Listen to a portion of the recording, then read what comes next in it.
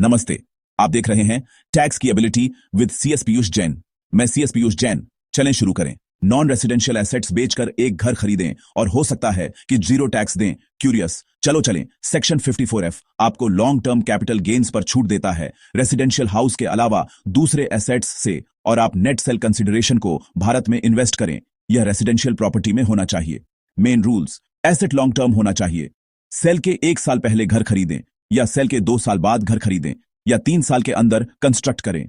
Cell की date पर आपके पास एक से ज्यादा घर नहीं होना चाहिए। नेट सेल कंसिडरेशन इन्वेस्ट करें, सिर्फ गेन नहीं। पार्शियल इन्वेस्टमेंट, चीज प्रोपोर्शनल एग्जेम्पशन। फॉर एग्जाम्पल, राज का कैपिटल गेन हुआ 50 लाख रुपए। 80 लाख रुपए की सेल कंसिडरेशन में से 70 लाख रुपए इन्वेस्ट किए न्यू रेजिडेंशियल हाउस प्रॉपर्टी में, तो एग्जेम्पशन मिलेगी 43.75 लाख रुपए की, और टैक्सेबल इनकम होगी 6.75 लाख रुपए की। अगर आप टाइम पर नहीं खरीदते हैं तो फंड्स पार्क करने के लिए capital gain account scheme use करें। यदि आप नया घर 3 साल के अंदर बेचते हैं या उस पीरियड में दूसरा घर खरीदते हैं तो एग्जेम्पशन रिवोक हो जाता है।